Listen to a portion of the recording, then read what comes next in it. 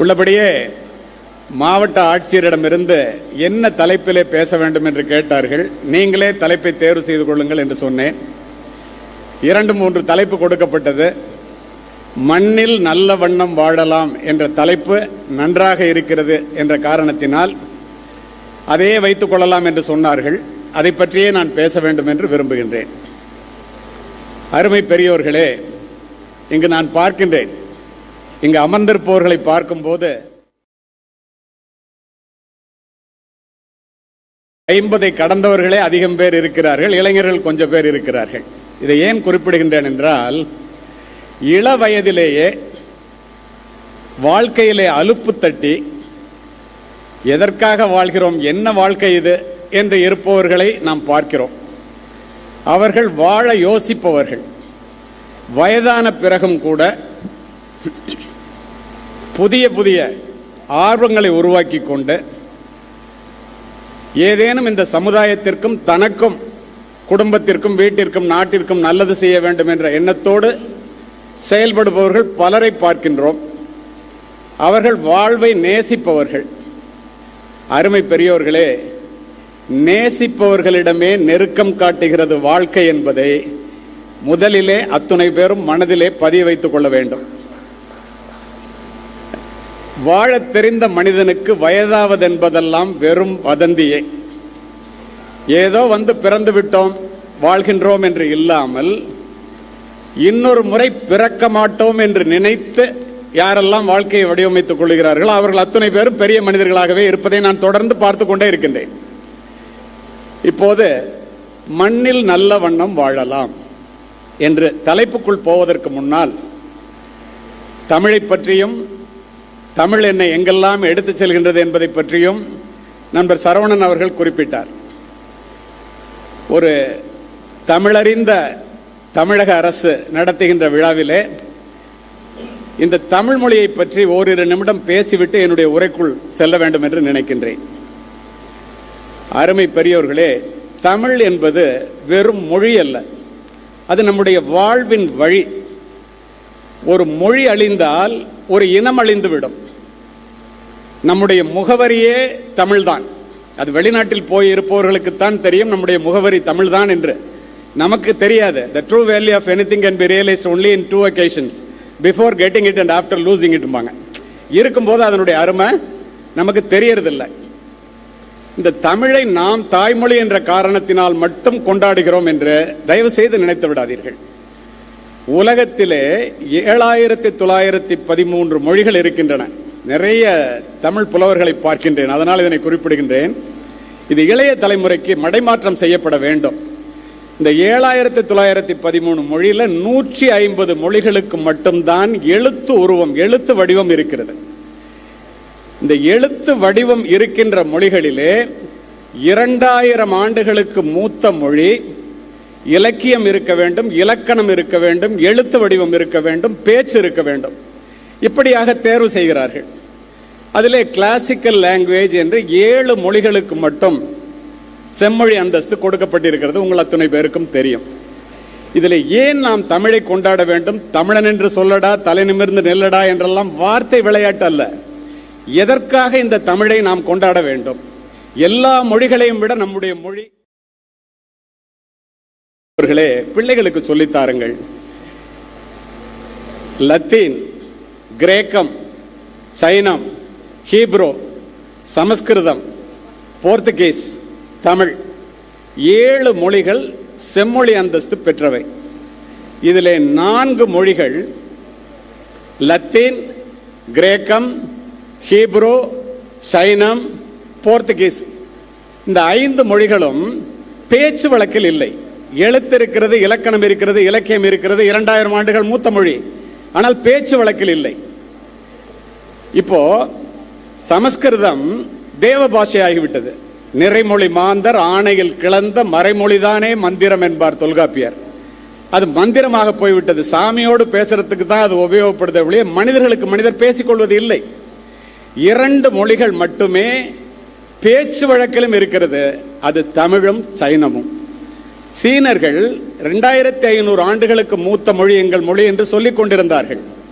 சமீபத்திலே கீழடியிலே நடந்த ஆய்விலே சுடுமண்ணிலே பானை ஓட்டிலே கோதை என்று எழுதப்பட்டிருந்த எழுத்தினை அமெரிக்காவிலே நியூயார்க்கிலே கார்பன் டேட்டிங் முறையிலே ஆய்வு செய்வதற்கு அனுப்பப்பட்டது. நம்ம செய்யல, அமெரிக்காக்காரன் செய்கிறான். செஞ்சுட்டு 3400 ஆண்டுகளுக்கு முன் மூத்த மொழி தமிழ் மொழி, மூத்த குடி தமிழ் மொழி என்று அவன் உறுதி செய்திருக்கின்றான். நீங்கள் நினைத்து பாருங்கள் எப்படிப்பட்ட மொழிக்கு நாம் சொந்தக்காரர்கள் என்று. இதை நாம் கொண்டாட வேண்டாமா? அது மட்டுமல்ல நண்பர்களே, எத்துணை தமிழ் மீது நீங்கள் ஆர்வம் வைத்திருக்கிறீர்கள் என்பதை நான் பேசும்போதே தெரிந்து கொள்கிறேன். உலகம் முழுவதும் சென்று நான் உரை நிகழ்த்துபவன். 5 நாடுகளில், Malaysia, Mauritius, Ceylon, Singapore, Canada, 5 நாடுகளில், ஆஸ்திரேலியாவில் பாராளுமன்றத்தில் சட்டம் நிறைவேறிவிட்டது, இன்னும் நடைமுறைக்கு வரவில்லை. 6 நாடுகள் என்று வைத்துக் கொள்ளுங்கள். அரசு அங்கீகாரம் பெற்ற ஒரு மொழியாக உலக நாடுகளிலே 6 நாடுகளில் கோலோச்சுகின்ற ஒரே மொழி நம்முடைய தாய் தமிழ். அது மட்டுமல்ல நண்பர்களே, இத்துணை அங்கீகாரம் பெற்று இவ்வளவு சிறப்பை பெற்ற இந்த மொழி பிரான்ஸ் நாட்டிலிருந்து மார்டின் சைபர் ஸ்மித் என்ற ஒரு பிரெஞ்சு போயட், அவர் மொழி வல்லுனர், தன்னுடைய வாழ்க்கை முழுவதையும் உலகத்தில் உள்ள மொழிகளுக்காக தன்னை அர்ப்பணித்தவர். 400 மொழிகளை தேர்வு செய்கிறார். Leading literature of the world என்று 400 மொழிகளை தேர்வு செய்கிறார். இந்த 400 மொழிகளிலே ஒவ்வொரு மொழிக்கும் ஓரிரு வரிகளை எழுதியவர். A 20th century world literature, A guide to 20th century world literature என்று ஒரு புத்தகத்தை எழுதுகிறார். முதல் 3 பக்கங்களை தாய் தமிழ் மொழிக்கு ஒரு பிரெஞ்சு மனிதன் எழுதுகிறான் என்றால் அவனுக்கு தெரிந்த இந்த மொழியினுடைய பெருமை நமக்கு தெரியவில்லையே என்பதுதான் வருத்தமாக இருக்கிறது. அவன் என்ன எழுதுறான்னு பார்த்தீங்கன்னா அசந்து போவீங்க. If the western scholars found the sung poems, they will find a treasure trove. மேற்கத்திய மொழி வல்லுநர்கள் தமிழில் உள்ள சங்க பாடல்களை பார்த்தால், படித்தால் அவர்கள் ஒரு புதையலை கண்டடைவார்கள். தி சங் போயம்ஸ் அன்சர்பாஸ்ட் இன் தமிழ் லிட்ரேச்சர். சங்க பாடல்கள் உலகத்தில் உள்ள எல்லா மொழிகளிலும் அதை விஞ்ச வேறு பாடல்களே இல்லைங்கிறான். The sung poems will attract any person at any time and anywhere in the வேர்ல்டுன்னு முடிக்கிறான். இந்த சங்க பாடல்கள் உலகத்தில் ஒரு மனிதன் எந்த மூலையில் இருந்தாலும், அவன் எந்த நாட்டவனாக இருந்தாலும், எந்த காலகட்டத்திலையும் அதை புரிந்து படித்தால் அவனுடைய உள்ளத்தை கொள்ளைகளும் என்று சொல்லுகின்றான். அப்படி என்றால் எப்படிப்பட்ட மொழிக்கு நாம் சொந்தக்காரர்கள்? இதை நம் பிள்ளைகளுக்கு எடுத்து சொல்வது யார்? ஒண்ணுமே இல்லாத மொழியெல்லாம் தூக்கி தலையில வச்சுட்டு ஆடும்போது எதற்காக இந்த புத்தகங்கள் படிக்க வேண்டும்? எதற்காக இந்த புத்தகங்கள் வாசிக்க வேண்டும்? புத்தகத்தில் உள்ள நின்று பேசிக் கொண்டிருக்கின்றேன். இப்போ இந்த மேடையில் அமர்ந்திருக்க எல்லாரையும் பாருங்க. PA ஜெனரல், அரசு அதிகாரிகள், DSP, திரு சரவணன், டாக்டர், நான் உட்பட எல்லோரையுமே வச்சுங்களேன், முன்வரிசையில் உட்கார்ந்துருக்கிறவங்களெல்லாம் பாருங்க. இவர்களெல்லாம் மேடைக்கு ஏன் அழைக்கப்படுகிறார்கள்? எல்லாருமே கோடீஸ்வரர்கள் என்பதனாலா? அல்ல, பின் எதனால்? எதற்காக மேடைக்கு அழைக்கப்படுகிறோம்? நாம் பிள்ளைகளுக்கு என்ன சொல்ல வேண்டும்? நாம் என்ன தெரிந்து கொள்ள வேண்டும்? எக்குடி பிறப்பினும் யாவரே ஆயினும் அக்குடியில் கற்றோரை மேல் வருகவென்பர். எந்த ஜாதி மதம் குலம் படித்தவன் ஏழை பணக்காரன் ஒன்றும் கிடையாது. படிச்சுட்டேன்னா நீ மேலே வாடா, மேடைக்கு வாடான்னு கூப்பிட்டே ஆகணும். ஏன்? அறிவுடை ஒருவனை அரசனும் விரும்புவான். அரியாசனத்தில் இருப்பவர்களிடம் சரியாசனம் தருவது கல்வி. மன்னரும் மாசர கற்றோனும் சீர்தூக்கின் மன்னரில் கற்றோன் சிறப்புடையோன். மன்னர்க்கு தன் தேசமல்லால் சிறப்பில்லை, கற்றோர்க்கு சென்ற இடமெல்லாம் சிறப்பு. எங்க அப்பா 5ஆம் வகுப்பு மட்டுமே படித்த ஒரு ஏழை விவசாயி. அவங்க சொல்லுவாங்க, சாதாரணமா உங்க அப்பா அப்படிதான் சொல்லியிருப்பாங்க, தம்பி எங்களால் படிக்க முடியலடா, படிக்கிறதுக்கு வசதி இல்லைடா, நீ மட்டும் படிச்சிட்டேன்னா உன்கிட்ட இருந்து எது போனாலும் இந்த கல்வி மட்டும் போகாதுப்பா, படிப்பு வாசிப்பு திறன் மட்டும் போகாதுப்பா. எல்லாரும் சொல்றாங்கடா படிடாம. நானும் படித்தேன். காவல்துறை உயரதிகாரி ஆனதெல்லாம் விடுங்க. இப்போ என்னை அறிமுகப்படுத்தும் போது நண்பர் காக்கி உடை அணிந்த உயர் காவல்துறை அதிகாரி, ஜனாதிபதி பதக்கம், துப்பாக்கி சுடுதலை பதக்கம்லாம் சொன்னார். நீங்கள்லாம் கைதட்டினீங்க. ஒரு உண்மையை உங்களுக்கு இந்த நேரத்தில் ஞாபகத்துக்கு வர்றது அந்த இடத்துல பதிவு செய்கிறேன். அருமை பெரியோர்களே, நான் உயிராக நேசித்து உடுத்தி இருந்த காக்கி உடை பணி நிறைவுக்கு பிறகு என்னிடம் இல்லை.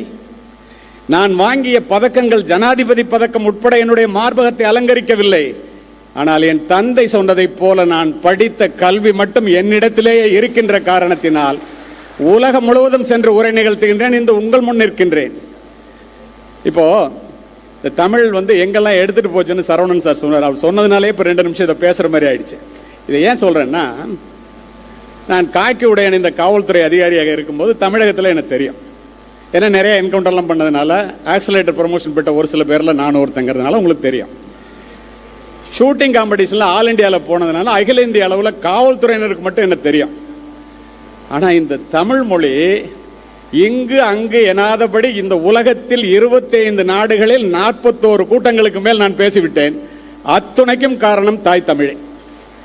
அப்போ நம்மகிட்ட என்ன இருக்கு என்ன இல்லைன்னு பார்க்கும்போது நம்மகிட்ட என்ன இல்லைங்கிறத பற்றி கவலைப்படாதீங்க. என்ன இருக்கோ அதை எப்படி வளர்த்து கொள்வது என்று பாருங்கள். அப்படி வளர்த்து கொள்பவர்கள் அத்தனை பேரும் ஆளுமைகளாக தொடர்கிறார்கள் என்பதுதான் சத்தியமான உண்மை. இதை பிள்ளைகளுக்கு சொல்லுங்கள். சரி, ஒரு மனுஷன் மண்ணில் நல்ல வண்ணம் வாழணும்னா என்னென்னலாம் வேணும்? திடமான உடம்பு, தெளிவான மனது, கூர்மையான அறிவு, அச்சம் தவிர்க்கும் பண்பு, தேவையான பொருள், அன்பான மனைவி, அறிவுள்ள பிள்ளைகள். இது எல்லாம் இருந்தால் துன்பமற்ற பகலும் இன்பமான இரவுமே ஒரு மனிதனுடைய வெற்றியான வாழ்க்கைக்கு அறிகுறி. நான் சொல்ல, கலீல் ஜிப்ரான் சொல்றார். இப்போ திடமான உடம்பு, எல்லாருமே உடம்பை நல்லா வச்சுக்கணும்னு நினைக்கிறோம்.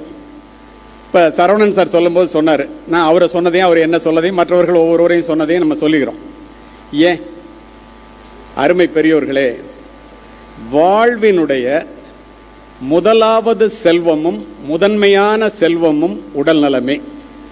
இன்பத்தினுடைய உயிர்கோட்பாடு உடல் நலம், உடல் நலத்தினுடைய உயிர்கோட்பாடு உடற்பயிற்சி. ஒரு மனிதன் உடலை மட்டும் வளர்த்து கொண்டு மனதை வளர்க்காமலோ, மனதை மட்டும் வளர்த்து கொண்டு உடலை வளர்க்காமலோ இருந்தால் அது ஒரு நிறைவேறாத வெற்றியாகத்தான் முடியும். ஒவ்வொரு மனிதனும் தன்னுடைய உடலை எப்படி பேணி பாதுகாக்கிறானோ அப்படித்தான் அவனுடைய மனதையும் பாதுகாக்கிறான். Sound mind is in the sound body. இப்போ இந்த இடத்துல உங்களுக்கு ஒன்று சொல்றேன். ஜூஜூன்வாலா அப்படின்னு ஷேர் மார்க்கெட்டில் 13,000 கோடிகளுக்கு அதிபதி. 13,000 கோடி. அவர் சொல்றாரு சாக போறப்ப, my best investment is in the share, my worst investment has been my health. I advised all of you to invest more in health. 13,000 கோடியை சம்பாரிச்சுட்டு அதை அனுபவிக்காமலே சாக போறேன்டா, நான் பெரிய தப்பு பண்ணிட்டேன். நான் சம்பாரிச்ச பணத்தை நானே அனுபவிக்காம சாக போறேன். என்ன காரணம்? என்னுடைய ஹெல்த்தில் நான் கவனம் செலுத்தலை. தயவு செய்து நீங்களாவது ஹெல்த்தில் கவனத்தை செலுத்துங்க. Steve job, apple computer owner, உலகத்தை ஒரு கைக்குள்ளே கொண்டு வந்தவன். மருத்துவமனையில் படுத்திருக்கிறேன். அந்த மருத்துவ உபகரணங்களினுடைய சத்தம் மட்டுமே கேட்கிறது.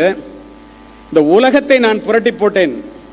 உலகத்தில் பல கோடிகளை சம்பாதித்து மிகப்பெரிய சாதனைகளை பொருளாதாரத்தில் செய்துவிட்டேன். ஆனால் என்னுடைய உடலை பாதுகாக்க தவறிவிட்டேன். தயவு செய்து இந்த நேரத்தில் நான் உங்களுக்கு சொல்ல விரும்புவது, பணத்தை சம்பாதியுங்கள், அதற்கு பிறகு உங்களுடைய உடலை ஆரம்பத்திலிருந்தே கட்டி காத்து வாருங்கள். அற்புதமாக சொல்றான் ஒரு வார்த்தை, success is not a destination, it is a journey. Happiness to be found along the way, not in the end of the road, for then the journey will be over. தமிழில் சொல்லணும்னா, நீங்கள் போகும்போதே உங்கள் உடல்நலத்தை பாதுகாத்து இந்த வாழ்க்கையை அனுபவித்து கொண்டு போய்விடுங்கள். ஏனென்றால் நான் திரும்ப வரமாட்டேன். இப்படிக்கு வாழ்க்கை. இது யார் சொல்றா? ஸ்டீவ் ஜாப் சொல்றான். அப்போ ஆரோக்கியத்தை தேடுகின்ற இடம், டாக்டர் உட்கார்ந்திருக்காரு, ஆரோக்கியத்தை தேடுகின்ற இடம் மருத்துவமனை அல்ல, மைதானம். ஆரோக்கியத்தை தேடுகின்ற இடம் மருத்துவமனை அல்ல, சாப்பிட்ற டேபிள். ஐபிஎஸ் ஆஃபீஸர்ஸ் மெஸ்ஸில் ஒரு ட்ரைனிங்காக போயிருக்கும்போது மெஸ் டிசிப்ளின்னா என்னன்னு கேட்டார் அந்த பிரின்சிபல். ஒவ்வொருத்தன் அந்த ட்ரெஸ்ஸு சத்தம் இல்லாமல் சாப்பிட்றது, ஸ்பூன் சத்தம் மட்டும்தான் கேட்கும். ஒவ்வொருத்தன் ஒன்று சொன்னான். அந்தால சிம்பிளாக சொன்னார், 4 சப்பாத்தி சாப்பிட்றதுக்கு வயிற்றுல இடம் இருக்கும்போது 2 சப்பாத்தியை சாப்பிட்டுட்டு தண்ணியை குடிச்சிட்டு எந்திரிச்சு போகிறோம் தாண்டா டிசிப்ளின்னா. அப்போது நம்ம என்ன செய்கிறோம்? ஆக நீங்கள் உடல்நலத்தை பேணி பாதுகாக்க வேண்டும் என்றால் மைதானத்திலே நேரத்தை செலவு செய்யுங்கள். 1. நீங்கள் மைதானத்திலே நேரத்தை செலவு செய்யவில்லை என்றால், ஒரு நாளைக்கு 1 மணி நேரம் செலவு செய்யலைன்னா மருத்துவமனையில் டாக்டர் குழந்தைசாமிகிட்ட போய் படுத்தே ஆகணும். வேற வழியே கிடையாது.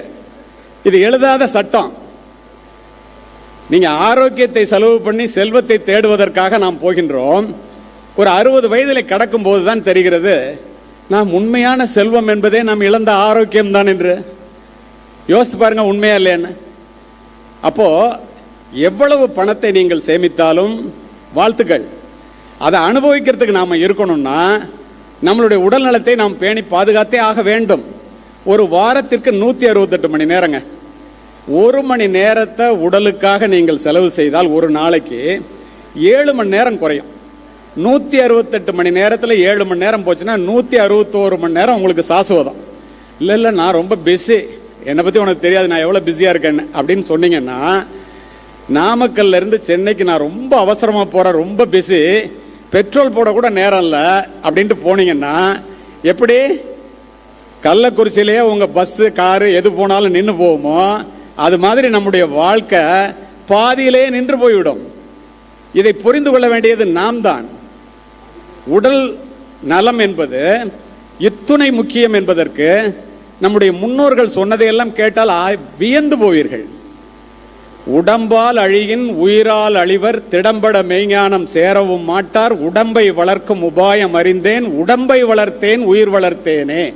திருமூலர் சொல்றாருங்க, எவன் ஒருத்தன் உடம்ப கவனமா பார்த்துட்டு இருக்கானோ அவன் உடம்ப வளர்க்கலடா, உயிரை வளர்த்துட்டு இருக்கான். இதை விட இன்னும் புரியுற மாதிரி சொல்லணும்னா, விசையுறு பந்தினை போல் நான் வேண்டியபடி சொல்லும் மனம் வேண்டியபடி செல்லும் உடல் கேட்டேன். பாரதி. சங்க இலக்கிய பாடல். அரும்பு கோணிடில் மலராகும், கரும்பு கோணிடில் கட்டியும் பாகுமாம், இரும்பு கோணிடில் யானையை வெல்லலாம், நரம்பு கோணிடில் நாம் அதற்கு என் செய்வோம். அரும்பு கோணலா இருந்தா கூட மலரோட மனம் குன்றாதான், கரும்பு கோணலா இருந்தா கூட அதுல வெள்ளம் வந்துருமா, இரும்பு கோணலா இருந்தா அதை அங்குசமாக்கி யானையை ஜெயிக்கலாமா, நரம்பு கோணி போச்சுன்னா என்னடா செய்வேன்னு கேட்க. எப்பங்க? 2000 வருஷத்துக்கு முன்னாடிங்க, நூற்றுக்கணக்கான வருடத்திற்கு முன்னர் கவிமணி தேசிக விநாயகம் பிள்ளை ரொம்ப தெளிவாக சொல்லிட்டு போயிட்டார். உடலில் உறுதி உடையவரே, ரொம்ப கவனமாக கேட்குறீங்க அதனால இதெல்லாம் சொல்கிறேன், உடலில் உறுதி உடையவரே உலகில் இன்பம் உடையவராம், இடமும் பொருளும் நோயாளிக்கு இனிய வாழ்வு தந்திடுமோ, சுத்தமுள்ள இடமெல்லாம் சுகமும் உண்டு, நீ அதனை நித்தம் நித்தம் பேணுவையில் நீண்ட ஆயுள் பெறுவாயே, காலை மாலை உலாவி தினம் காற்று வாங்கி வருவோரின் காலை தொட்டு கும்பிட்டு காலன் ஓடி போவானே. காலன்னா எமன், புரிஞ்சுக்கிட்டீங்க? காலையிலையும் மாலையிலையும் வாக்கிங் போயிட்டு உடற்பயிற்சி செஞ்சுட்டு வரவனோட காலை தொட்டு கும்பிட்டு எமனே ஓடி போனான். அதோட நிறுத்தல, ஆளும் அரசன் ஆனாலும் ஆகும் வேலை செய்வானேல் நித்தம் நித்தம் பண்டிதர், பண்டிதர்னா மருத்துவர் டாக்டர், நித்தம் நித்தம் பண்டிதர் கை நாடி பார்க்க வேண்டாமே. ஏழையே நீ ஆனாலும் இரவில் நன்றாய் உறங்கப்பா, கூளையே நீ குடித்தாலும் குளித்த பின்பு குடியப்பா, சுத்த காற்றும் நன்னீரும் சுண்ட பசித்தவின் உணவும் நோயை விரட்டி விடுமப்பா, 100 வயது தருமப்பான். நினைச்சு பாருங்க. இதை விட இந்த உடலை நல்லா வச்சுக்கிறதுக்கு வேற என்ன சொல்றதுன்னு எனக்கு தெரியல. சரி, கூர்மையான அறிவு, திடமான உடம்புக்கு சொல்லிட்டேன், நல்ல வண்ணம் வாழ்றதுக்கு கூர்மையான அறிவு எங்கேருந்து கிடைக்கும்? அறிவு. அருமை பெரியவர்களே, அரங்கம் நிறைய அமர்ந்திருக்கின்றீர்கள். இந்த இடத்துல உங்களுக்கு ஒன்று சொல்றேன். எல்லாரும் படின்னு சொல்றோம், புத்தக திருவிழா நடத்துறோம். 1 கோடி ரூபாய்க்கு 2 கோடி ரூபாய்க்கு புத்தகங்கள் வித்துருச்சுட்டாங்க.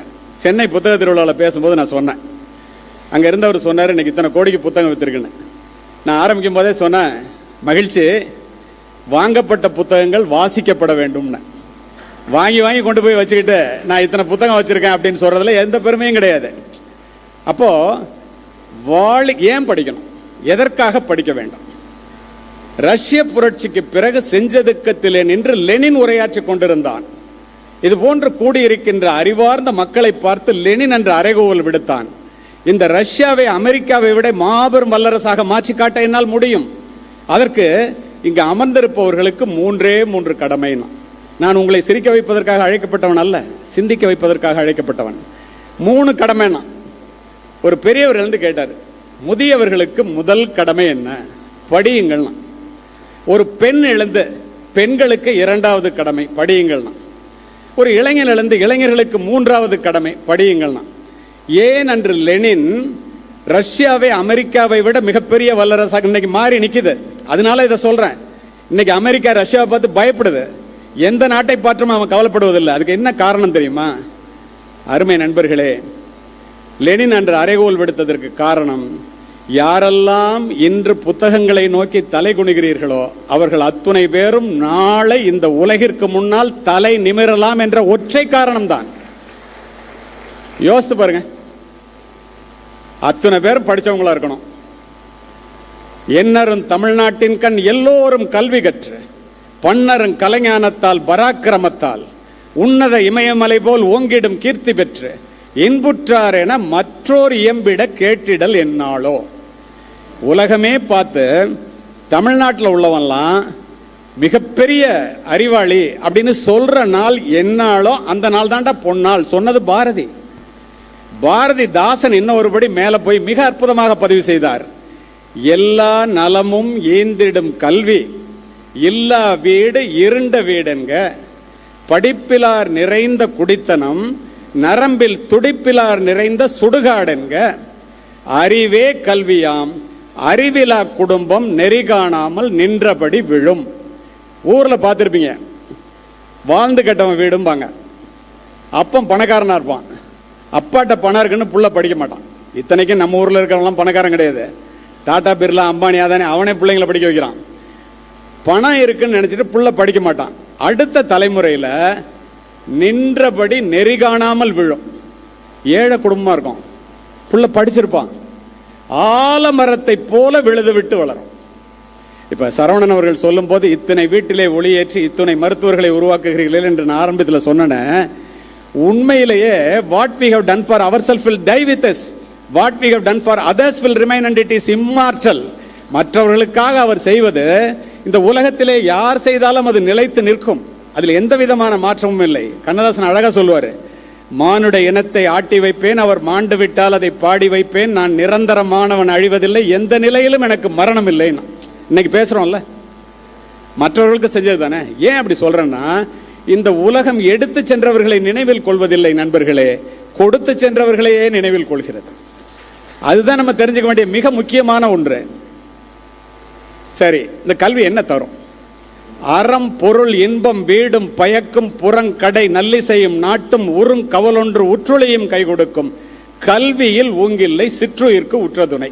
சிறிது காலமே பிறந்து வளர்ந்து மடிய போகிற இந்த சின்ன உயிருக்கு துன்பம் வரும்போதெல்லாம் உதவியாக மிகப்பெரிய வாழ்க்கையிலே நம்பிக்கையாக மனதிலே இருந்து அறத்தை கொடுத்து இன்பத்தை கொடுத்து மகிழ்ச்சியை கொடுத்து நியாயமாக வாழ்றதுக்குரிய தகுதியை கொடுத்து இது எல்லாத்தையும் கொடுக்கறது கல்வியை தவிர உலகத்தில் வேற எதுவுமே இல்லைடான்ட்டான்.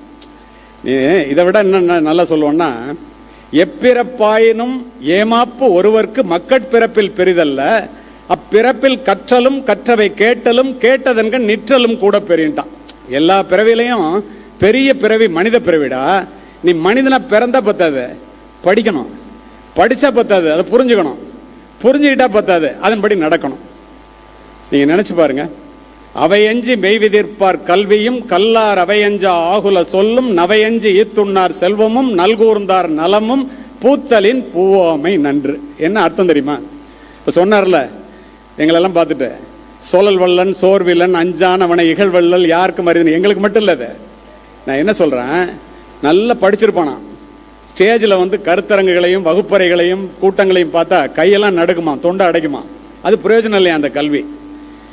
படிக்காமலே வந்து படித்த மாதிரி பேசுவோம். நான் நிறைய பேர் பார்க்குறீங்களா, அரசியல்வாதிகள்லாம், நிறைய அரசியல்வாதிகள். அதை எப்படி சொல்கிறான் தெரியுமா? இது அரசியல் கூட்டம் இல்லைங்கிறதுனால இதை சொல்கிறேன் நான். அருமை நண்பர்களே, குரங்கு நின்று கூத்தாடிய கோலத்தை கண்டே அரங்கு முன்பு நாய் ஆடி கொண்டாடியதை போல் கரங்கள் நீட்டியே பேசிடும் கசடரை கண்டு சிரங்கள் ஆட்டியே மெச்சிடும் அறிவிலார் செயல்தான். அர்த்தம் சொன்னா ரொம்ப ஆக்வர்டா இருக்கும்.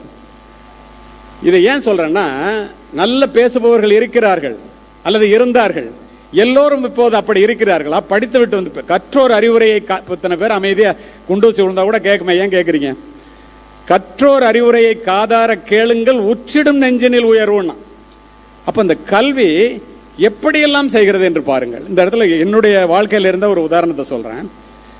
இப்போ அவர் சொன்னார் இல்லையா, படிக்கும்போது என்னை அறிமுகப்படுத்தும் போது அவர் சொன்னார், நான் வந்து காவல்துறை உயர் அதிகாரியாக இருந்து ஓய்வு வயது வரும்போது இப்போ இருக்கிற டிஜிபி திரு சங்கர்ஜிவாலும் ஜாஃபர் சேட் அவர்களும் இதை அப்படியே பதிவு செய்ய விரும்புகிறேன். என்னை கூப்பிட்டு 2 வருஷம் எக்ஸ்டென்ஷன் தர்றோம், நீங்கள் இன்னும் 2 வருஷம் வேலை பார்க்கணுன்னாங்க. நான் சொன்னேன், இல்லை சார் வேண்டாம் சார் அப்படின்னு. ஏய் என்னென்னு சொல்கிற, எஸ்பிஆர் 2 வருஷம் வேலை பாருங்கிறேன் வேண்டாங்கிற அப்படின்னு. இல்லை சார் வேண்டான்னு. ஓயினார். நான் சொன்னேன், you should retire when people are asking why, not why நாட்டுன்னு. மக்கள் எல்லாரும் நீ ஏன்டா இப்போவே ரிட்டையர்ட் ஆகிட்டேன்னு கேட்கும் போதே நம்ம ரிட்டையர்ட் ஆயிடணும், இவன் ஏன்டா என்ன உட்காந்துட்டு உயிர் எடுத்துக்கிட்டு இருக்கான்னு சொல்கிற மாதிரி இருக்கக்கூடாது அப்படின்னா. ஒரு 10 வருஷம் கழிச்சு நான் மேடைகளில் பேச ஆரம்பித்தேன். அதே 2 அதிகாரியும் என்னை கூப்பிட்டாங்க பாசிங் அவுட் பரையில். இப்படி நீனே ஒரு ஆற்றை வெட்டி அதில் தண்ணியை பாய்ச்சி உலகத்தையே பார்க்க வைக்கிற ஐடியா வச்சுக்கிட்டு தானடா மடப்பையில் நீ எனக்கு இல்லைன்னு சொல்லி வேண்டான்னு சொன்னால் இப்போ தானடா எனக்கு தெரியுது நீ ஏன் வேண்டான்னு சொன்னேன்ட்டு. இதை அவங்க உரிமையோட இதை எதுக்கு சொல்கிறேன்னா, இப்போது இந்த கல்வி என்ற ஒன்று என்னை எப்படி இந்த புத்தக திருவிழாவில் சொல்லுவதற்கு இது மிகச்சரியாக இருக்கும் என்று நான் நினைக்கின்றேன். 56 வயசில் நான் சுவாலஜி மேஜர், காவல்துறை அதிகாரி, துப்பாக்கி தூக்கிட்டே அலைஞ்சவன். இப்போ புத்தகத்தை தூக்கிட்டே அலைகிறேன். அப்போது என்கிட்ட கேட்டாங்க,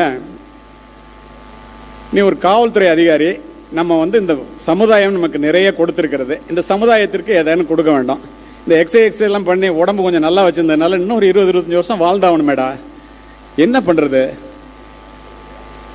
மீட்டிங்கில் பேசும்போது நிறைய இடத்துல சொல்லாத இப்போ இந்த இடத்துல சொல்கிறேன். ஐஏஎஸ் ஐபிஎஸ் கான்ஃபரன்ஸ் நடக்கும், அதில் எனக்கு பேசுகிறதுக்கு வாய்ப்பு கிடைச்சிச்சு. ஒரு 10 நிமிஷம் பேசினேன். முன்னாள் முதல்வர் செல்வி ஜெயலலிதா அவர்கள், இதெல்லாம் எனக்காக இல்லை உங்களுக்காக சொல்கிறேன். பேசி முடித்தோன்னு சொன்னாங்க, மூர்த்தி, I know that you are a very good officer. Only today I came to know you are a very good orator. நாங்கள் எல்லாரும் பயங்கரமாக கைத்தட்டினாங்க. ஓ நம்ம நல்லா பேசுகிறோம் போல் இருக்கு அப்படின்னு நினச்சேன். அது பரவாயில்ல.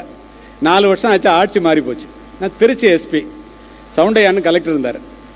நானும் அவரும் இதே ஐஏஎஸ் ஐபிஎஸ் கான்ஃபரன்ஸு, ஆட்சி மாறி போச்சு, காட்சியெல்லாம் மாறிடுச்சு. அங்கே போனேன். சவுண்டையா சொன்னார், கலிமூர்த்தி யாராவது எஸ்பி கலெக்டர் ஒருத்தர் பேசினா போதும், நீங்களே பேசுகிறீங்க, ஏன் நேரத்தையும் சேர்த்துனாரு. நமக்கு அது லட்டு மாதிரி. ஒன்று நான் பேசுகிறேன் சார்ண்டா. எந்திரிச்சு பேசினேன், தமிழில் பேசினேன். கலைஞர் பேனாவால் இப்போ நோட் பண்ணார், சொன்னார், அதனால நான் சொல்கிறேன். கலைஞர் பேனாவால் அப்படி எழுதிட்டு இருந்தவர் இப்படி கண்ணாடி இப்படி கழட்டி இப்படி பார்த்தாரு, தமிழில் பேசணுன்னா. பேசி முடித்தோன்னே ஸ்ரீபதினு ஐஏஎஸ் ஆஃபீஸர் பக்கத்தில் இருந்தவர், தமிழ் நல்லா பேசுகிறப்பா அப்படின்னாரு. கலைஞர் அந்த மைக்கை வாங்கி, அப்படி சொல்லக்கூடாதுயா, நல்ல தமிழ் பேசுகிறாருன்னு சொல்லுது. ஆகா, 2 பேரும் துருவங்கள், நம்ம நல்லா பேசுகிறோன்னு சொல்லுது.